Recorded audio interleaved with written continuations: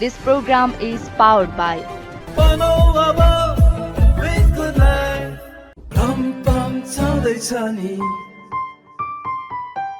ध्वनि हर्बल साबुन जित्ती दाग हटाई भाडा चम्काउँछ अझ टिलिक्क। श्वास बढ्छ, सम्बन्ध जोड्छ, रिजालको पाइप एन्ड फिटिङ्स। हेलो, स्वागत छ मिठो स्वादलाई हेल्दी लाइफलाई।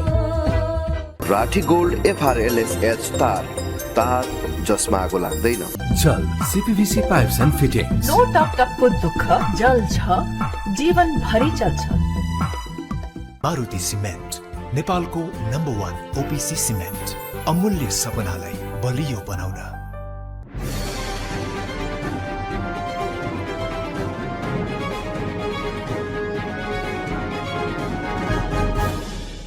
कार्यक्रम उज्यालो प्रदेशमा स्वागत छ। म मिक्साङ वाइब तामाङ। हामी कार्यक्रम उज्यालो प्रदेशमा प्रदेश 1 का विविध गतिविधिहरूलाई उजागर गर्ने गर्दछौं। विभिन्न विषयवस्तुहरूलाई सूक्ष्म विश्लेषण गर्दै समस्याको उठान र व्यवस्थापनका बारेमा कार्यक्रम उज्यालो प्रदेश मार्फत विचार विमर्श गर्ने गर्दछौं। उज्यालो प्रदेश सुरु गरौं साप्ताहिक गतिविधिबाट। नेपाली कांग्रेसका नेता एवं पूर्व उपप्रधानमन्त्री विजय कुमार गच्छदारले मुलुकको विकास र समृद्धिका साथै राजनीतिक स्थिरताका लागि ठूला राजनीतिक दलहरू मिलेर सरकार चलाउनुपर्ने बताउनु भएको छ। विराटनगरमा आयोजित पत्रकार सम्मेलनमा बोल्दै नेता गच्छदारले 2051 साल यता राजनीतिक स्थिरता नभएकै कारण मुलुकको अर्थतन्त्र बिग्रिँदै गएकाले मङ्सिर 4 गतेको निर्वाचनको परिणामलाई आत्मसात गर्दै सरकार बनाउन प्रमुख 2 राजनीतिक दलहरू मिल्नुको विकल्प नभएको बताउनुभयो। उहाँले वर्तमान गठबन्धनकै नयाँ सरकार बने पनि स्थिर सरकार नहुने भएकाले मुलुकको विकास र समृद्धिलाई प्रमुख प्राथमिकतामा राखेर मिलेर जान प्रमुख राजनीतिक दलका नेताहरूलाई आग्रह गर्नुभयो। मुलुकलाई फड्को मार्नको लागि, मुलुक फड्को पार्नको लागि एकपटक नेपाली कांग्रेस र एमाले पार्टी दुईटै एक ठाउँमा उभिएर मुलुक 5 वर्ष चलाएर देखाइदिउँ भन्ने त्यस्तो सद्बुद्धि आए त म धेरै नै खुसी हुनेछु। यो देशमा राजनीतिक द्वन्द्व हुने गरेको मैले भनिरहनु पर्दैन। सरकार एउटा धेरै महत्त्वपूर्ण पक्ष हो। सरकारको नेतृत्व गर्न जसले पनि चाहन्छ, चाहे बहुमत आएको पार्टी होस् या बहुमतको नजिक भएको पार्टी होस्, यो स्वाभाविक हो। सरकार बनाओस्, तर म चाहन्छु सरकार बनेपछि स्थिर सरकार बनोस्। 5 वर्षसम्म यो सरकारलाई कसैले पनि हल्लाउन नसकोस्, त्यस्तो किसिमको सरकार बनोस्। राजनीतिक नेतृत्व हस्तान्तरण त एक न एक दिन हुन्छ नै, यो नेचुरल प्रोसेस हो। राजनीतिक हस्तान्तरण, नेतृत्व हस्तान्तरण भन्ने नेतृत्वमा भएको व्यक्तिको उदारता, नेताको उदारतामा पनि निर्भर गर्छ। फरक प्रसङ्गमा नेता गच्छदारले मुलुकमा राजनीतिक स्थिरता नभए व्यवस्थामाथि नै खतरा आउन सक्ने आशंका समेत व्यक्त गर्नुभयो। एक प्रश्नको जवाफमा नेता गच्छदारले नेपाली कांग्रेसमा अहिले नै नेतृत्व परिवर्तन र पुस्तान्तरण सम्भव नभएको भन्दै समयक्रम अनुसार नेतृत्व परिवर्तन हुँदै जाने धारणा व्यक्त गर्नुभयो। करिब 11 महिनापछि विराटनगर भन्सार नाकाको मुख्य मार्गमा पर्ने जोगबनी नजिकको मीरगञ्ज पुल भएर आयात निर्यात सुचारू भएको छ। गत वर्षको पौष 22 गते मीरगञ्ज पुल भासिएपछि सुनसरी मोरङ औद्योगिक करिडोरका उद्योगहरूको कच्चा पदार्थ करिब 110 किलोमिटर घुमेर कोशी ब्यारेज भीमनगर रुट हुँदै विराटनगर भन्सार कार्यालयसम्म ल्याउनुपर्ने बाध्यता थियो। यसले गर्दा प्रति कन्टेनर 20,000 रुपैयाँ अतिरिक्त खर्च लाग्दै आएको उद्योगी व्यापारीहरूले बताएका छन्। मंगलबार रातिदेखि मीरगञ्जको नयाँ पुल भएर आयात निर्यात हुन थालेपछि विराटनगर भन्सार कार्यालयको भन्सार राजस्व सङ्कलन पनि बढ्ने विराटनगर भन्सार कार्यालयका सूचना अधिकारी रामचन्द्र ढुङ्गानाले जानकारी दिनुभयो। 120 किलोमिटर घुमेर आउने गाडीहरूलाई अब यही बाटो भएर आउँदा पाउँदा धेरै नै सहयोग पुग्छ। त्यसमा अब कस्ट पनि, व्यापारीहरूको कस्ट पनि घट्छ र धेरै सामानहरू चाहिँ जुन चाहिँ यहाँबाट चाहिँ उतै सुनसरीतिर भन्सार कटाउने अवस्था थियो, त्यो अब यतै काट्ला, यहीँ आएपछि यहीँ भन्सार कट्छ र केही सुधार हुन्छ भन्ने आशा राखेका छौँ हामीले। मीरगञ्जको नयाँ पुल सञ्चालन भएको मंगलबार राति करिब 100 वटा मालवाहक कन्टेनर ट्रक र पेट्रोलियम पदार्थ बोकेको ट्याङ्करहरू भारतीय आईसीपी प्रवेश गरेको ट्रक चालकहरूले जानकारी दिएका छन्। आर्थिक विकासको मूल आधार कृषि, पर्यटन, उद्योग र व्यापार भन्ने नारासहित मङ्सिर 29 गतेदेखि पौष 6 गतेसम्म विराटनगरमा आयोजना गर्न लागि विराट एक्सपो 2079 को तयारी पूरा भएको आयोजकले जनाएको छ। औद्योगिक क्षेत्रमा भइरहेको नवीनतम प्रविधिको प्रयोगबारे जानकारी गराउन, कृषि क्षेत्रको व्यवसायीकरण गर्न तथा उत्पादक र उपभोक्ता बीचको सम्बन्ध विस्तार गर्ने उद्देश्यले उद्योग संगठन मोरङले कृषि तथा औद्योगिक प्रदर्शनी विराट एक्सपो आयोजना गर्न लागेको हो। मुलुकै अर्थतन्त्र शिथिल भइरहेका बेला आयोजना गर्न लागि एक्सपोले यस क्षेत्रमा अर्थतन्त्रलाई चलायमान बनाउन सहयोग पुग्ने उद्योग संगठन मोरङका अध्यक्ष सुयस प्याकुरेलले जानकारी दिनुभयो। यस्तो बेलामा, मन्दीको बेलामा हामीले एक्सपो अर्गनाइज गरेर कमसेकम अर्थतन्त्रलाई चलायमान बनाउने एउटा हाम्रो चाहिँ एउटा अभियान हामीले चाहिँ आफ्नो प्रोजेक्ट रूपमा लिएको छौँ। डेफिनेटली मन्दी छ, तर मन्दीमा हामी व्यवसायीहरूले के गर्ने? मन्दी छ भनेर चुप लाएर झोक्लाएर बसिरहनु त भएन नि। हाम्रो activity the show must go on भन्छ नि अङ्ग्रेजी। हाम्रो एक्टिभिटी त अगाडि बढिरहनु पर्यो, हामीले ऊर्जा दिइराख्नु पर्यो। 7 दिनसम्म आयोजना हुने सो कृषि तथा औद्योगिक अन्तर्राष्ट्रिय प्रदर्शनीमा कृषि, पशुपालन, अटोमोबाइल्स, विज्ञान प्रविधि, औद्योगिक उत्पादन लगायतका 361 वटा स्टलहरू राखिने भएका छन्। करिब 3.5 करोड खर्चमा आयोजना हुन लागेको सो प्रदर्शनी करिब 2 लाख दर्शकले अवलोकन गर्ने विराट एक्सपो 2079 का संयोजक भोलेश्वर दुलालले जानकारी दिनुभयो। यसको टिकट दर 50 रुपियाँ 4 बजेसम्म र 4 बजे पछाडि 100 रुपियाँ हुनेछ। स्टल तथा स्टल संख्या जम्मा 361 वटा हुनेछ। पेभिलियनहरू 4 वटा अलग अलग पेभिलियनहरू स्टल बाहेकका पेभिलियनहरू हुनेछन्, जसमा पर्यटन पेभिलियन भनेर छुट्टै हुनेछ, लगानी पेभिलियनको एउटा छुट्टै हुनेछ, श्रम रोजगार तथा सिप पेभिलियन छुट्टै हुनेछ, स्टार्टअप पेभिलियन छुट्टै हुनेछ। सो एक्सपोको राष्ट्रपति विद्यादेवी भण्डारीले समुद्घाटन गर्नुहुने बताइएको छ। साप्ताहिक गतिविधिपछि अब पालो कार्यक्रममा छोटो विश्रामको।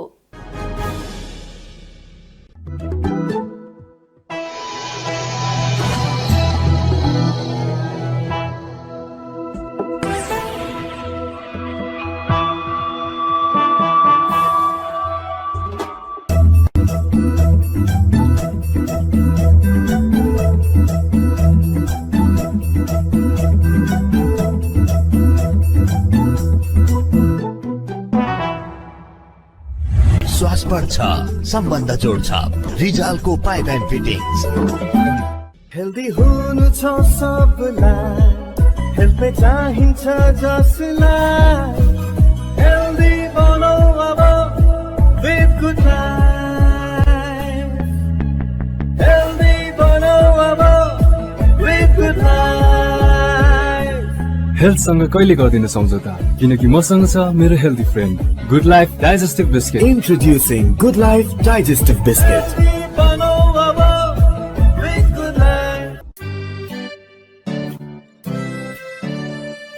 हरेक घरमा ठाउँ बनाउँदै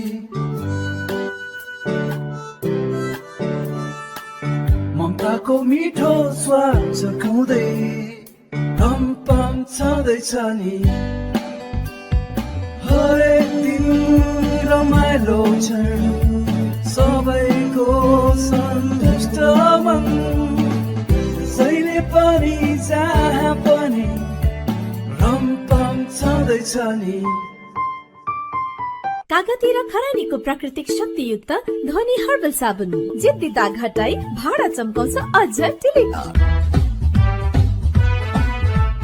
हेल्दी हेल्दी लाइफलाई हेलो, मिठो मिठो स्वादलाई हेलो, सबैको किचनमा छ स्वागत जसको।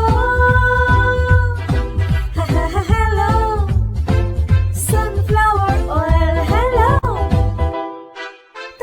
तार्ने भप भुट्ने छान्ने छान्ने, हेलो सनफ्लावर ओइलमा पकाएको टेस्टी हेल्दी बन्ने, मिठो मिठो स्वादलाई हेलो। मल्टिभिटामिन युक्त cholesterol free premium sunflower oil, hello स्वागत छ मिठो स्वादलाई, हेल्दी लाइफलाई। बिजुलीको तार तार तिमी तार तार भन्दै टिकटक बनाऊ, भित्र किचनमा तार जलेर सखा भइसक्यो, कति फेर्नु? मैले त पहिले भनेको थिएँ घरमा कमसल तार प्रयोग नगरौँ भन्दा सुन्नु भएन क्या रे। राठी केबल तार प्रयोग गरौँ जुन डबल कोटेड तार हो अनि तारमा कपरलाई बटाई मेसिनद्वारा बटाई गरिन्छ जसले गर्दा विद्युत खपत कम गर्छ। मैले भन्दा त मान्नु भएन, अब त थाहा भयो होला नि। अब त्यही गर्छु म र अरूलाई पनि राठी केबलकै तार प्रयोग गर्न भन्छु। अब टिकटक बनाउने हैन त बुढी। ए बिजुलीको तार तार तार तार बेलैमा बुद्धि पुरै जोडौ राठी केबल तार। राठी गोल्ड FRLS तार जसमा आगो लाग्दैन। शहरमा आफ्नै घर बनाउने सपना लिएर रमेश केही वर्ष अघि शहर आयो। जसले आफ्नो घर बनाउन यति धेरै सङ्घर्ष गर्छ उसले हरेक चीजको महत्व बुझ्छ। कुन सिमेन्ट लिँदा राम्रो होला? मारुति सिमेन्ट लिनुस्, धेरै राम्रो छ, तर यसको मूल्य अलि। मेरो सपना पनि अमूल्य छ दाइ। मारुति सिमेन्ट नेपालको नम्बर 1 OPC सिमेन्ट, अमूल्य सपनालाई बलियो बनाउन।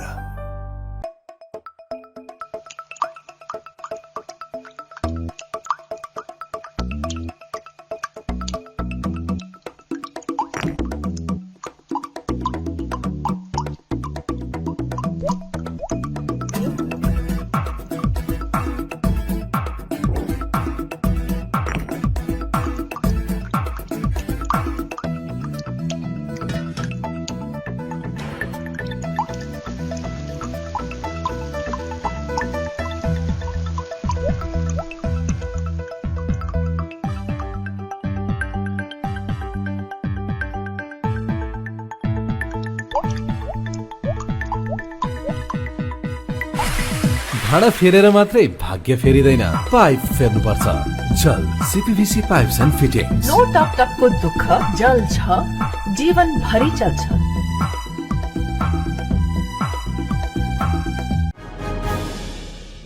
विश्रामपछि कार्यक्रममा पुनः स्वागत छ। अब बाँकी प्रसङ्ग। बैंकहरूको ब्याजदर वृद्धि र तरलता अभावका कारण उद्योग व्यापार क्षेत्रमा मन्दी छाइरहेका बेला नेपाल राष्ट्र बैंकले ल्याएको मौद्रिक नीतिबाट उद्योगी व्यापारीहरू सन्तुष्ट हुन सकेका छैनन्। एकातिर तरलता अभाव हटाउन सरकारले ध्यान नदिएको गुनासो गर्दै आएका उद्योगी व्यापारीहरूले सीमा तस्करी बढेको गुनासो पनि गरेका छन्। यही अवस्था रहे नेपालका उद्योगहरू बन्द हुने अवस्थामा पुग्ने उनीहरूको ठम्याइ छ।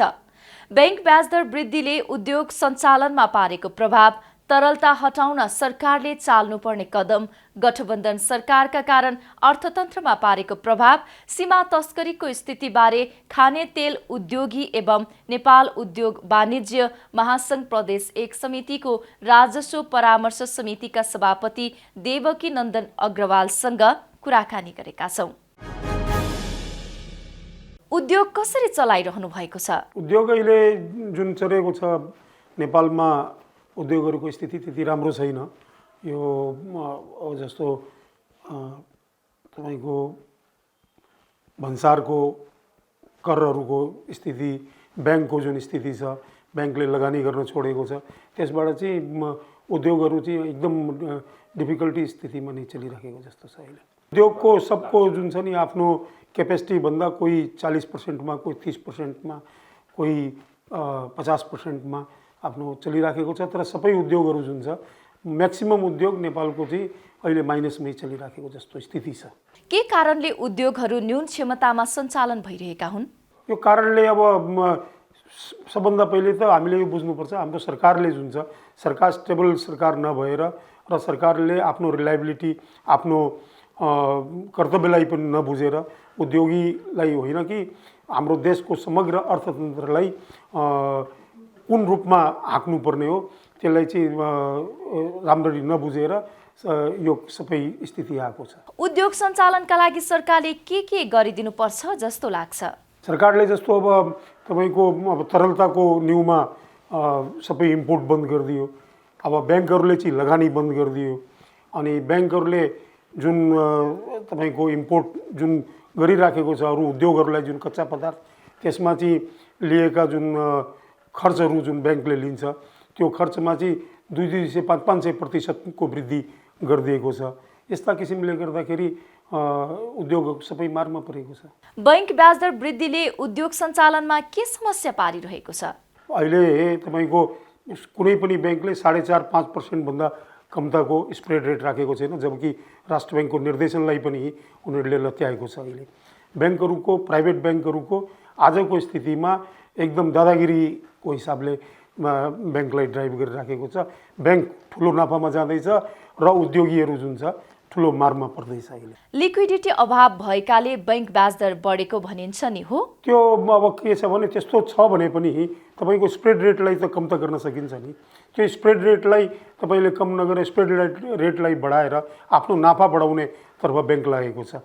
ब्याङ्कले स्थितिलाई कन्ट्रोल गर्नको लागि त्यसमा सिस्टमलाई चाहिँ ठिक गर्नुपर्छ।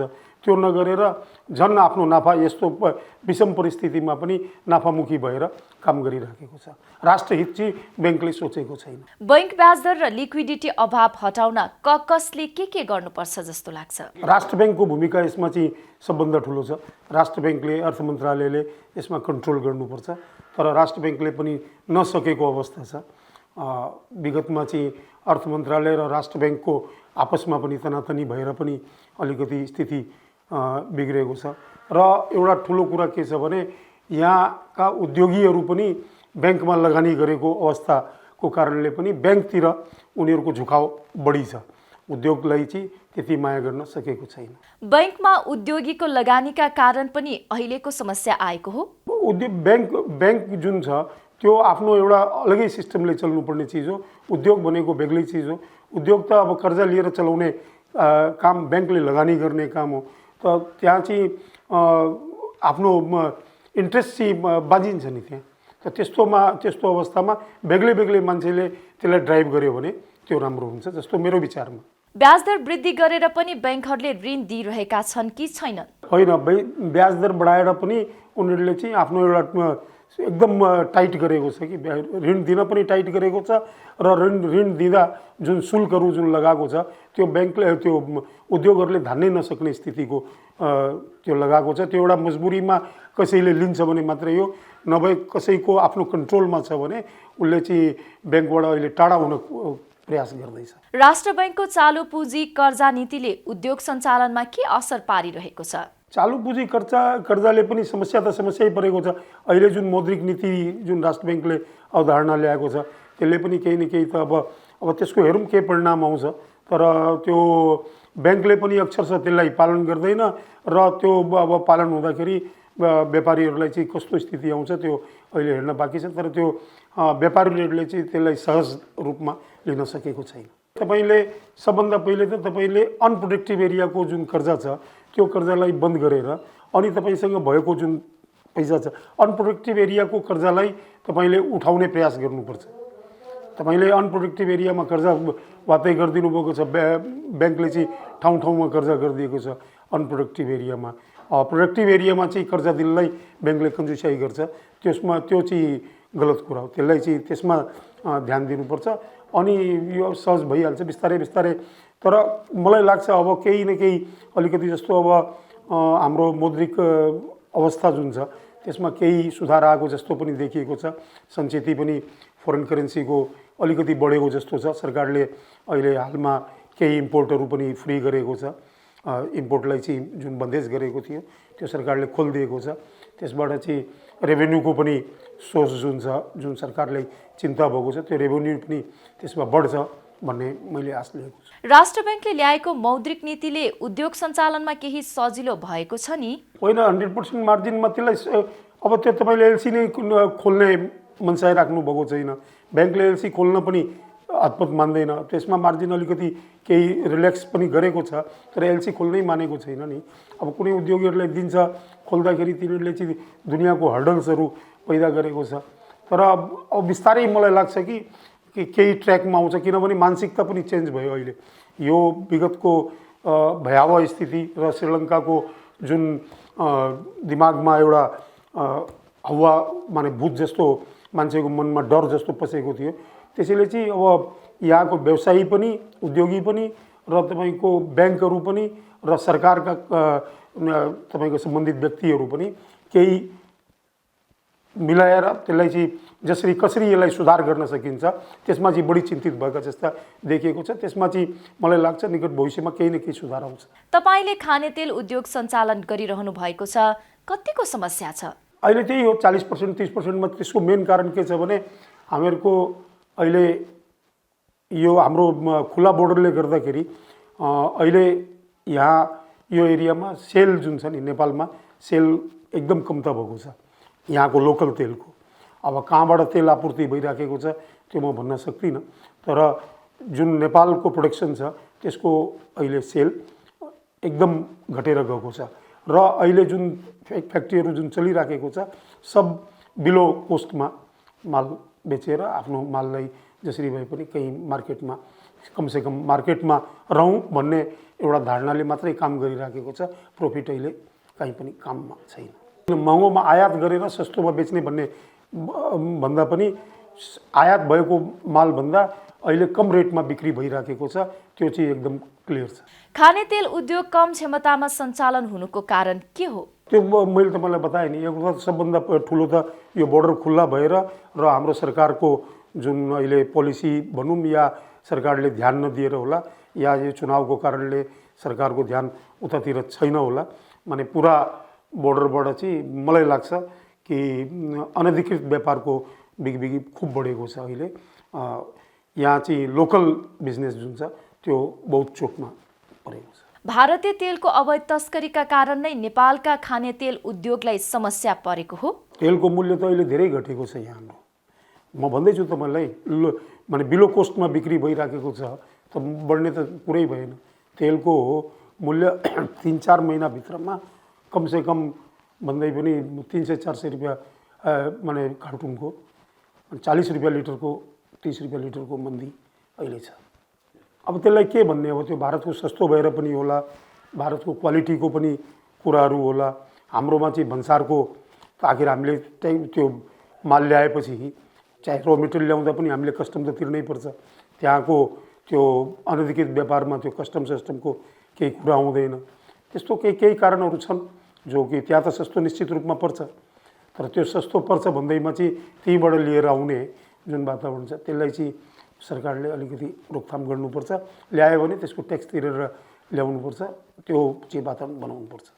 भारतीय वस्तुबाट चाहिँ लिगली हामी प्रतिस्पर्धा खुब राम्ररी गर्न सक्छौँ, तर इलिगल ट्रेडको यस्तै किसिमले रह्यो भने हामीले चाहिँ त्यो प्रतिस्पर्धा गर्न सक्दैनौँ। यहाँको उद्योग आज भए पनि पछि भए पनि धराशायी हुन्छ त्यसलाई कसरी रोक्न सक्छ? गठबन्धनको सरकार भएकाले पनि उद्योगहरूले समस्या बेहोर्नु परेको पो हो कि? अब के छ भने गठबन्धनको सरकारले गर्यो भन्दैमा पनि अब हामीले के भन्ने हो? त्यो सरकार त सरकार हो, गठबन्धनको भए पनि जो भए पनि, तर के छ भने त्यहाँ चेक जाँच भएन। अब कुनै एउटा मन्त्रालयले एक काम गर्छ, अर्को मन्त्रालयले त्यसलाई जुन छ सबैको सल्लाह भएर भएको काम जस्तो मलाई लागेन। त्यहाँ माने एकजनाले जुन जे मनमा लाग्यो आफ्नो अधिकार क्षेत्रमा जे जस्तो लाग्यो त्यस्तै किसिमले गरिदिँदाखेरि यो स्थिति आएको। अब बन्ने गठबन्धनको सरकारबाट कतिको आशा राख्नु भएको छ? आशा त अब गठबन्धनको सरकारबाट भन्दा पनि मलाई के लाग्छ भने अब ब्युरोक्रेट्सहरूले अलिकति आफ्नो विचार पुर्याउनु पर्ने जरुरी छ। र अहिले के छ भने मान्छेमा पनि र युवा नेताहरू जुन अगाडि आउँदैछन् उनीहरूलाई पनि एकदम सचेत भएका छन्। उनीहरू आर्थिक एजेन्डालाई एकदम अगाडि लिएर जाने, सबभन्दा पहिले आर्थिक एजेन्डालाई ध्यानमा राख्ने भन्ने उनीहरूको उद्घोष छ। जुनसुकै पार्टीको युवा नेता भए पनि उनीहरूको एउटा यो उद्घोषै छ। त मलाई त आशा छ कि यो युवा नेताहरू र हाम्रो अहिले कर्मचारी तन्त्र जुन छ तिनीहरूको पनि केही विचारमा आफ्नो देशप्रतिको माया र यहाँका उद्योगको प्रति मायालाई लिएर उनीहरूले चाहिँ देशको हितमा काम गर्छन् भन्ने विश्वास लिएको छु। अर्थ मन्त्रालय र उद्योग मन्त्रालयमा सम्बन्धित विज्ञ मन्त्री नभएका कारण पनि समस्या आएको हो। धेरै फरक पर्छ। अर्थ मन्त्रालयमा अर्थविज्ञ नभएर राजनीतिक मान्छे मात्रै त्यहाँ बस्यो भने त उसले त कि त आफ्नो पार्टीको गाइडलाइन नै हेर्छ या आफ्नो पार्टीका जुन तपाईँको कार्यकर्ताहरू छ त्यो पोस्ने नीति मात्रै बनाउँछ। माने त्यहाँ चाहिँ अर्थविज्ञ भयो भने अर्थविज्ञले देशको हितमा या देशको समग्र उद्योगको हितमा तपाईँको अर्थतन्त्रलाई कसरी सञ्चालन गर्ने भन्ने कुरो त उसैले सोच्ने हो। त्यहाँ मलाई त के लाग्छ भने यस्ता किसिमका संवेदनशील मन्त्रालयहरू जुन छ यो विज्ञ भएका मान्छेलाई नै जिम्मा लगाउनुपर्छ। यसमा चाहिँ राजनीतिक हस्तक्षेप जुन छ त्यो एकदमै बन्द गर्नुपर्छ। तपाईहरूलाई स्थिर सरकार चाहेको हो कि गठबन्धन सरकार? होइन, गठबन्धनको सरकारले अब सरकारले पनि मनस्थिति त्यस्तै भने सरकार पनि स्थिर सरकार चाहिन्छ नि। देशमा जुनसुकै माने विकासको लागि त स्थिर सरकार नभइकन त विकास हुँदैन नि। सरकारलाई खालि बचाएर राख्ने त्यो जोडतोडमा मात्रै लागेर सरकारले राम्रो काम गर्न सक्दैन नि। स्थिर सरकार भयो भने त्यो त हरेक कुरामा त्यही हो। हरेक कुरामा तपाईँको मन घरमा पनि तपाईँको मन स्टेबल भयो भने तपाईँले घरको चाहिँ राम्रो गर्न सक्नुहुन्छ। तपाईँको मनमा चाहिँ अस्तव्यस्तता रह्यो भने घरमा तपाईँले कुनै पनि राम्रो काम गर्ने या घरको वातावरणलाई राम्रो बनाउन सक्नुहुन्न। त्यही त हो, देशको पनि त्यस्तै छ। स्थिर सरकार भएन भने जुन नेताहरू छ उनीहरू खालि कुर्सी बचाउने आफ्नो खेलमा लाग्नु हो भने देशको जुन स्थिति थियो त्योभन्दा झन् बदतर हुन्छ। विश्व नै आर्थिक मन्दीमा गइरहेका बेला नेपालमा कसरी अर्थतन्त्र सुधार हुन्छ होला? होइन, मन्दीको स्थिति विश्वमा चाहिँ छ, तर अहिले हामीले यो बुझ्नुपर्छ कि हाम्रो पडोसी देश भारत जुन छ, भारत र हाम्रो जुन स्थिति छ त्यसमा दिनरातको अन्तर आइसकेको छ र भारत दिन प्रतिदिन ग्रो गर्दैछ। हामी दिन प्रतिदिन खालि अब आँकडा मात्रै हेरेर हुँदैन, वास्तविक रूपमा चाहिँ हाम्रो स्थिति जुन छ त्यो बिग्रेको छ। त्यो समग्रमा चाहिँ तपाईँहरूले चाहिँ अर्थविद जुन छन् उहाँहरूले चाहिँ जहिले पनि चिन्ता जताएको स्थिति छ। त त्यसलाई चाहिँ जोगाउनको लागि स्थिर सरकार र विज्ञहरूको त्यसमा चाहिँ इन्भल्भमेन्ट जरुरी छ। उज्यालो प्रदेश आजलाई यति नै। सम्पूर्ण युनिटलाई बिदा दिनुहोस्। नमस्कार। This program is powered by